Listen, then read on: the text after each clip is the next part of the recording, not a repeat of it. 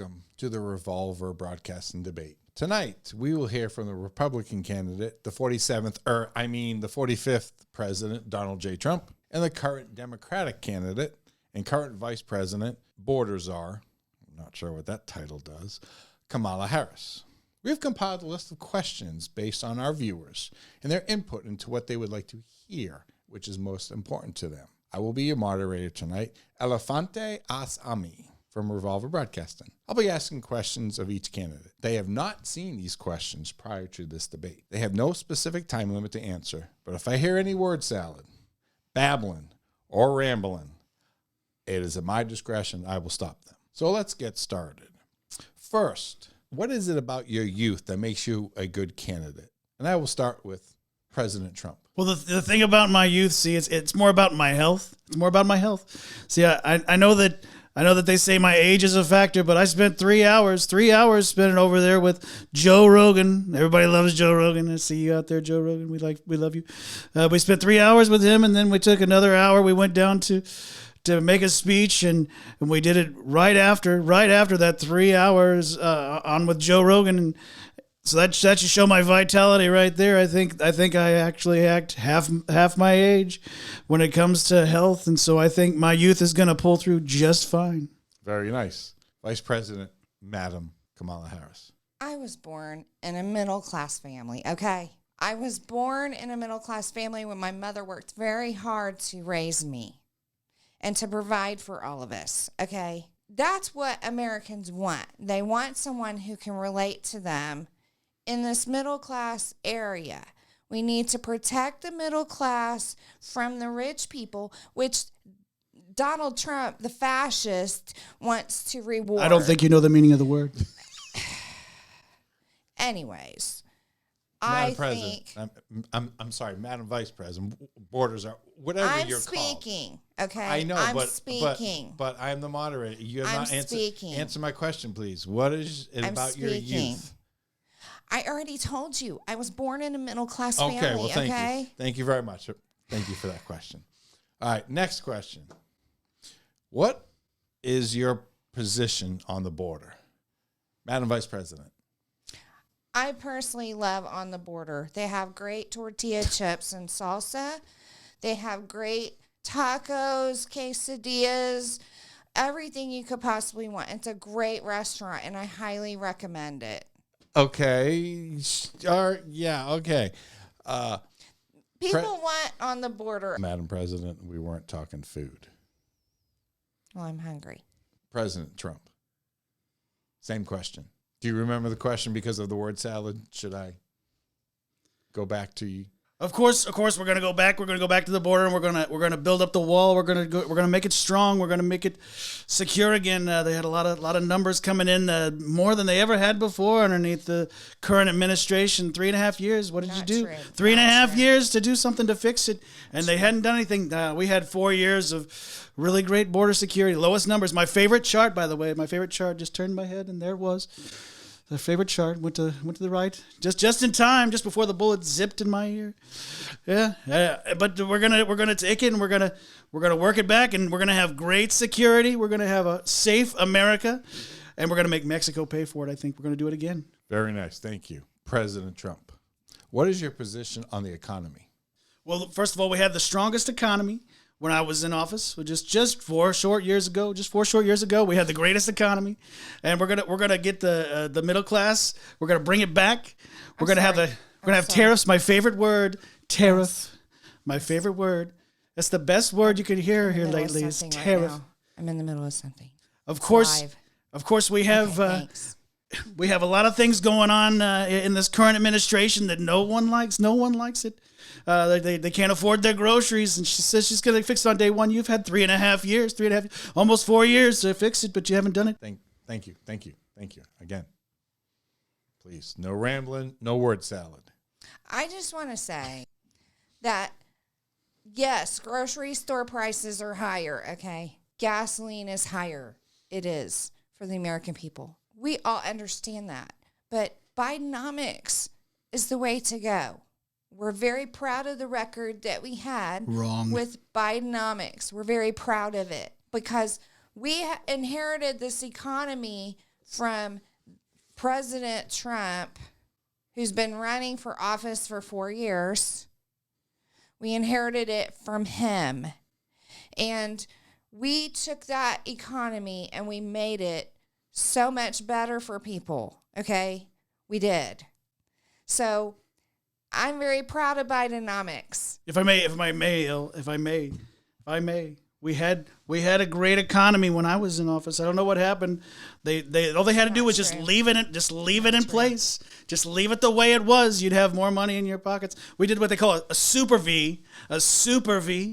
It was back better than it was before COVID. Did you say sous vide? Because I like to cook. And I know what sous vide is. It's a great way to prepare soup. It's very good. It's a super V. It's an economic term, and we turned it around. Okay, we did it. Okay. I'm trying to figure out how we went from economy to soup. Okay. Madam Vice President, what is your position on Tim Wall's policy on tampons in the bathroom? Listen, boys might be in the bathroom and they might have a large cut on their arm, and tampons should not be restricted to them. You can stick those in the wounds and it will soak up all the blood, okay? They're so useful to everyone. It doesn't matter what gender you are, okay? Everybody knows that. It doesn't matter. Tampons should be available to boys because they could have these desperate measures in the bathroom where they need something to clog up and clot their wounds or to soak up their vomit for maybe, I don't know, but everybody could use tampons, okay? There's no reason to restrict. I think they call that the nurse's office. The nurse's office. I think they call that the nurse's office. That's where you can get all that you need to take care of any wounds. Certainly, if you're a boy, you don't have any of those. We got to get the men out of women's sports. Don't we, ladies? We got to get the men out of women's sports. We got to have them being able to compete fairly. We want them to be able to compete and compete fairly. Okay? Donald Trump is a fascist. I don't think is a fascist. Thank you both. Thank you. Appreciate that. President Trump, you had seriously bad press about the women on The View. I mean, in general. And what is your position on Rosie O'Donnell? We like Rosie a lot. We like her a lot now. I think she should go back to The View. At least then it had ratings. Yeah, I mean it's a dying show. I don't know. I don't understand how it's still on television. Does anybody understand how that show is still on television? I don't get it. I don't understand it. But we're gonna have to send Rosie right back onto The View so they can get ratings again. Maybe that'll they'll have a few more viewers. They'll definitely have to widen the camera view. I'll tell you that. We're gonna get the men out of women's sports. We're gonna get them out of women's sports, and we're gonna take care of them. And we're gonna do it well, and we're gonna do it good. Next question. I see that both of you are in favor of walls. President Trump for the border wall, and Vice President Harris for Tim Walls. Can you please tell me your position on walls? I'll start with Madam Vice President. Thank you. Thank you for that question. That's a very good question. And it gives me the opportunity to explain why I picked Tim Walls. I may or may not have Jewish roots, and I had the opportunity to pick the Jewish guy for my vice president. But I felt like Tim Walls, with his record in the military and his record on the tampons in the bathroom for boys, that was so much better than picking somebody who was a Jew to run with me, okay? The American people love him. They love it when he skips across the stage and when he runs and he's just so full of joy and he spreads it to the audience. And so people absolutely love him. And I know I picked the right one when I picked Tim Walls. No, he spreads something to the audience, all right. He spreads something to the audience. It's not joy. I tell you that. It's not joy. He doesn't spread any joy to the audience. They don't have any fun when they see Tim Walls. As a matter of fact, I don't think you can build a wall out of tampons. I don't think it's going to work. I don't think it's going to stop that clog, okay? I just really don't think as many strings as you'd like to pull, I don't think that you can do that. I don't think it's going to be able to be accomplished. I think it's possible. Tim could make that happen. History matters in our country. Can you both address the history of our country in relation to the direction you want to move the country? Madam Vice President. I just think we need to move forward and stop this rhetoric, stop this vilification of our opponents like my opponent over here does all the time, okay? He does it all the time, right? So I think we need to move the country forward in a current future state that's unburdened by the past. We have to do that as a country. We don't need to stay in the past. We don't need to keep talking about things that Donald Trump. Keep talking. Okay, thank you very much. First, I don't think you know what American history really means. I don't even know that you spent much time here. There's a lot of growing up in Canada that you did there, and that supposed middle class family. But we know that maybe you want to go make Canada better. I don't know. Maybe you want to work on that a little bit. I think that we're gonna make America great again, just like we did before. We go back on the record that I was already on. We did really great until they hit us with the COVID. But if you want to know where we were in history before, we're going to go back in history. We're going to 1776projectpac.com. That's where you're going to find out how great this country truly is. We're going to bring patriotism back to this country. We want to see these young people knowing exactly what happened in our history, okay? President Trump, what is your relationship to McDonald's? I tell you that they love my MAGA fries. I think they're going to put them on the menu permanently. I learned a lot when I went down there and worked longer than she did. I worked 15 minutes on the clock, 15 minutes. I think they're going to try to indict me though, because I can't claim it on my taxes, and so I think they might just try to indict me. This current DOJ, it's like a tyrant over there. But McDonald's, great company, and every time I go there, I get two fish fillets and a large fry, and I love it. Love McDonald's. It's a great company, and we're gonna do great things for them. They're gonna have jobs. They're gonna have better jobs, more jobs. Love McDonald's. I'm loving it. Thank you, Madam Vice President. What is your relationship to McDonald's? Again, I grew up in a middle class family. Okay, my mom worked very hard to provide for us. I did work at McDonald's. I did for a short time. There's no record. Can you prove that? I did. I'll get back to you on that. I'll have to circle back, okay? I'll come back. But I did work at McDonald's as part of my growing experience. And the American people need McDonald's. They need McDonald's. Okay. Thank you very much. Appreciate that. President Trump, what is your position on Israel? We love Israel. We love them very much. As a matter of fact, when I was president, we put the embassy back in Jerusalem. We put it in Jerusalem. We moved the capital, and we had peace. We had peace in Israel. Not like the current administration where they want to stop the killing. Okay, want to stop the killing. Nothing. I think the American people want to stop the killing. So if we're going to love Israel the way we should, we're going to have to go back and re-sign those Abraham Accords and make sure that we get peace once again over there in the Middle East. We love Israel. We love them very much. We love the Jewish people. Thank you.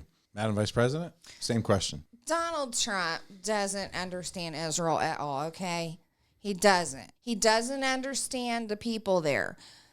Joe Biden and I understand the people. We support them.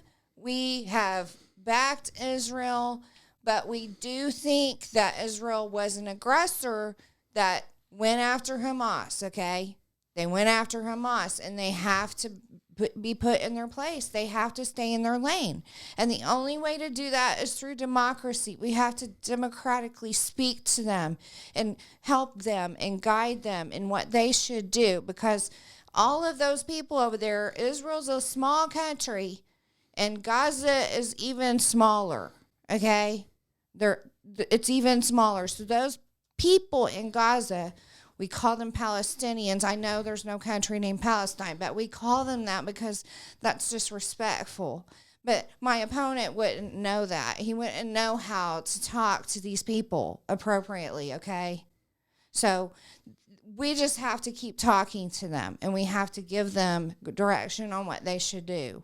And when we do that, the American people understand that they win, okay? Thank you. Madam Vice President, there are many who say that you are not the top candidate. In fact, you were at the bottom in the primary election and dropped out. You then became vice president, and now you are the Democratic candidate for president. Many say through an unfair process where you were selected instead of elected. You had the lowest approval rating on record for your vice presidency. Suddenly, you gained support. What do you say to those who criticize your selection as the candidate for president? Look, the American people need to just accept that I'm the candidate, okay? Donald Trump is a fascist, and his followers, the MAGA camp, have been coming after me with that for so long. It's old and tired now, okay? I won fair and square. I'm the candidate. He just doesn't like the fact that he has to go up against a woman. And I'm running on day one. I'm going to fix reproductive rights. I'm going to restore that to women, okay? And he's not going to like it very much, okay? He's not going to concede the election. We already know that. We're going to have another contested election. Donald Trump is never going to leave office if he gets in. In fact, he's going to kill all his opponents, okay? He's going to go after them, and he's going to kill them, including the American people who don't support him. That's what he's going to do. He said it. He said that's what he would do, okay? So get out there and vote for me because I am a legitimate candidate. Donald Trump is a fascist, and he's not a legitimate candidate. So he will probably be in jail by the time the election comes around, okay? Thank you, Madam President. Madam You Vice got to President, vote appropriately. I'm speaking, okay? Thank you. I'm speaking. So, speaking because as you were speaking, which you've stated many a times during this debate, that you call President Trump a fascist. Can you explain to the American people what does fascist mean to you? Well, I mean, just look at him. Just look at him, okay? He's a white man. He believes that America is so much more superior to every other country.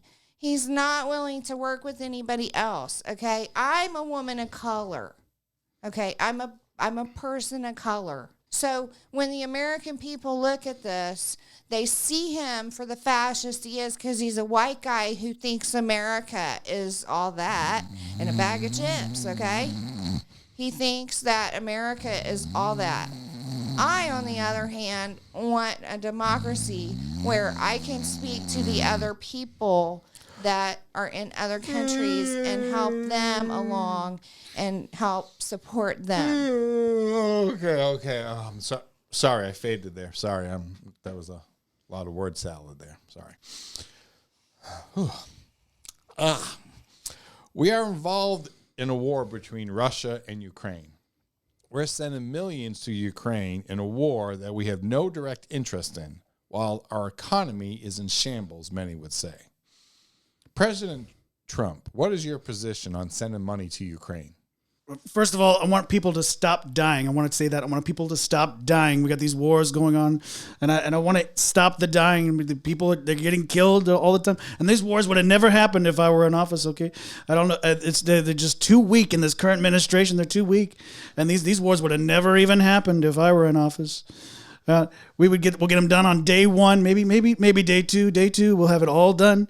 President-elect, before I ever even step foot back in office, as I'm president-elect, we'll get this all done. Ukraine will be a thing of the past when it comes to this war that's going on with Russia. I'll talk to Putin. I got a great relationship with him. I had a great relationship before. We'll have a great relationship again. Thank you. Very nice. Madam Vice President, same question. Well, you see, Russia is a very big country, and Ukraine is a very small country. And Russia went to Ukraine and tried to start a war to take them over, okay? That's what happened.